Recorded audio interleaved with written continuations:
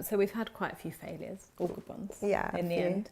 But I think probably the one that has most defined us and shaped how we work is that first weekend of writing, where you you supplied me with all that brilliant factual content about defining your success, I think it was.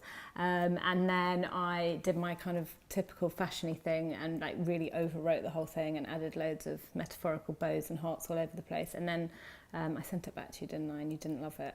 But you didn't tell me you didn't love it. You just didn't reply. I don't like confrontation, and I don't want to be mean, so I just decided that I just wouldn't deal with it, so I just didn't say anything. First of all, I think the important thing was that we discussed it really quickly.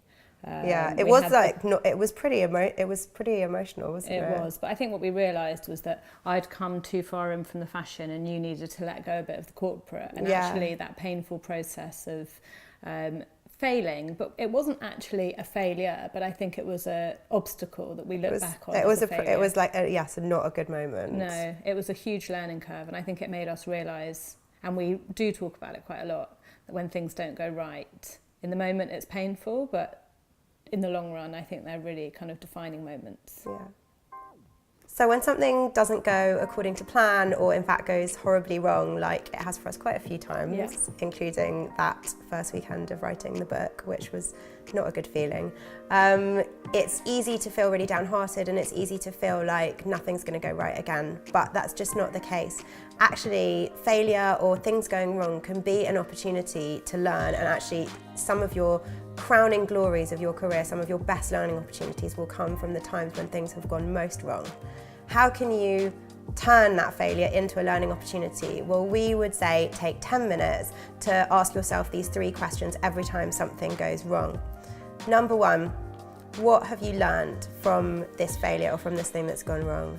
Number 2, how can you grow as a person out of this failure? And 3, what are 3 positive things that have come out of this thing that's gone wrong and that you can use to move forward and to start to turn this into a real positive in your future career?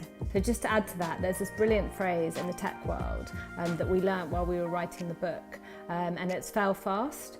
And because there are so many apps and each app has got however many kind of updates, techie people are really good at doing exactly that, just failing fast and moving on. So if you keep that phrase in the back of your head and just remember that even though in the moment it can feel all-consuming when you do something wrong or where something doesn't go your way, actually if you can fail fast and move on, you will build on everything that you've learned, especially if you ask yourself those 3 questions.